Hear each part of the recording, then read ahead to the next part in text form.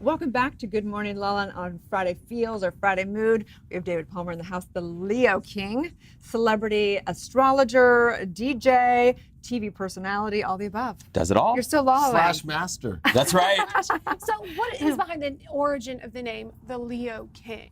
Well, you know, it was interesting being a celebrity astrologer and being a Leo. It was like being just David Palmer and putting myself out there as an astrologer.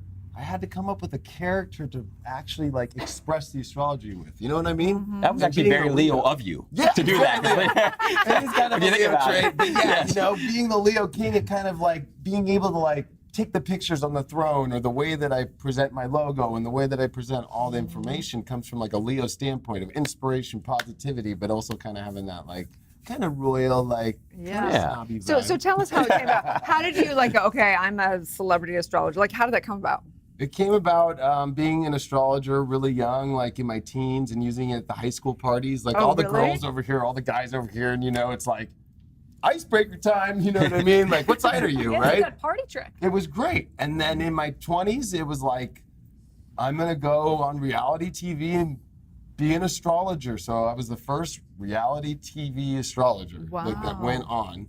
And really to push this whole world to start really, I don't even want to say accepting astrology, because I think it's like, if you start to get into that weird stigma about it and keep owning that, like a lot of astrologers do, it's going to continue it that way. So I'm like, I'm going to just embody being the astrologer of inspiration, just own it. Yeah. And that was why I created the Leo King. I love it. So how can people really embrace astrology to create a life that they love?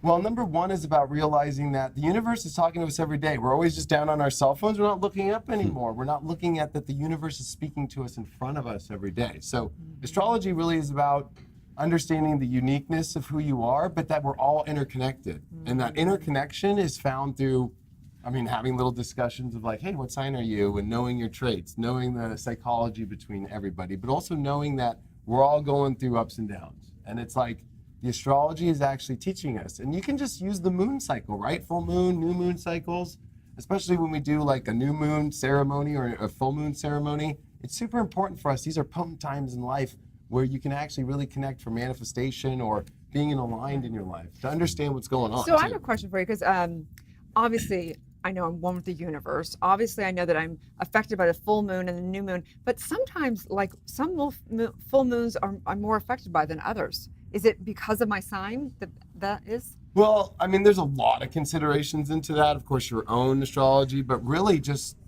like, let's say it's a lunar eclipse full moon. We'll use Donald Oh Trump, for my example. gosh, He those was are born on crazy. the exact moment of a full moon lunar eclipse. Oh, that explains all of it. So exactly, it actually does. His energy is like, it's like such a whoa, because the ancients, people died back in the day when they would see the blocking out of the sun like on a solar eclipse, right? Because imagine like the one we just had here in America on August 21st of 2017, and everybody went and got hotels all along America to see where it would go completely dark in the middle of the day. Yeah. So imagine being an ancient, you don't know nothing, you're like, is it all over now? You know what I mean? Yeah. So yeah, some of them are really intense and some of them are, you know, Yeah. like the ones we just had were pretty intense because the last two full moons were in Libra, which deal with relationships. So relationships right now have been the craziest that we've seen, and we're completing a cycle that happened in 1982, 83, and 84 of Pluto and Saturn, which is finally meeting back up together, and now Capricorn, which is why government and politics is like the new thing. But that cycle took 35 to 37 years, and this double full moon hit these spots. So what does that mean? We're going to be like in a flow with it, or it's going to be totally different, or what does that mean? I would say they were coming to the peak of where the last 35 to 37 years has been the weirdest relationship transit of our lives. That And explains all of it. Our whole life, basically. Yes, exactly. Yeah. And we're all No ready. wonder. We're all ready for us to truly partner differently and look at partnership differently. That Hey. we've had a lot of growing pains, but it's been good though. Because think about relationships pre the 80s. People were still kind of afraid to really be who they were. Right. It was kind of like in the 70s, people kind of like, oh, the Joneses just broke up over there, but yeah, like, you know, and then the 80s come and it's a whole different, like, complete situation. Yeah. And so we're at that edge point now of about to see the most beautiful dawn Right. of what relationships Ah. can actually So be. let's talk about that. I'm sorry. Yeah, no, I'm go, so please. sorry. Yes, I'd like no, to- dive in. So we talk about this all the Yes, time. we do. We're There we go. obsessed with this conversation around okay. how we're going to evolve. How do you evolve and have it not be in a confinement, but also have deep intimacy with one person? Like I think that there's like this transition of going from the programming of what we think it should be, but then still desiring that deep intimacy with one person. Does that make sense? Yeah, of course. I mean, it's like structure is so important because without a structure, there is no such thing as a relationship because what is it then, really? Yeah. But the whole thing about Libra is balance, right? And so what it's been actually doing is through these relationships we've all been going through, it's been having us look at ourselves so intensely to see what really is in alignment with who I am individually. And a lot of people get really caught up into the attachment of somebody or like ownership of Totally. people. And this has been really about aligning with who's on that same vibration where independently we can stand together, but I'm not like leaning on you and you're not leaning on me, because it's been a lot of that. And the old patriarchal kind of understanding of what a relationship is Totally. is so about, okay, this person's leaning on this person and that person's leaning on that person, but there's this individualized form we've had to find in ourselves of true power, which I'd say we all feel now, right?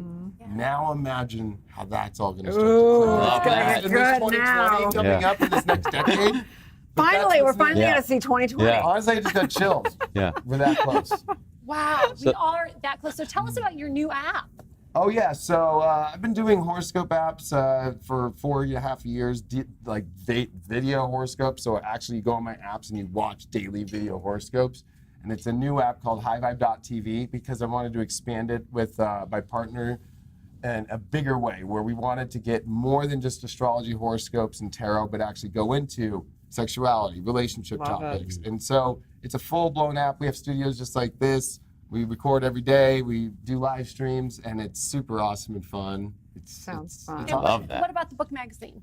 Yeah, so I came out with a 2019 astrology guide, brought a full-blown 100-page astrology magazine to Target, Walmart, everywhere, Amazon, right next to like People magazine about what's going on in 2019, talking about this relationship stuff, the politics, the individual sun signs.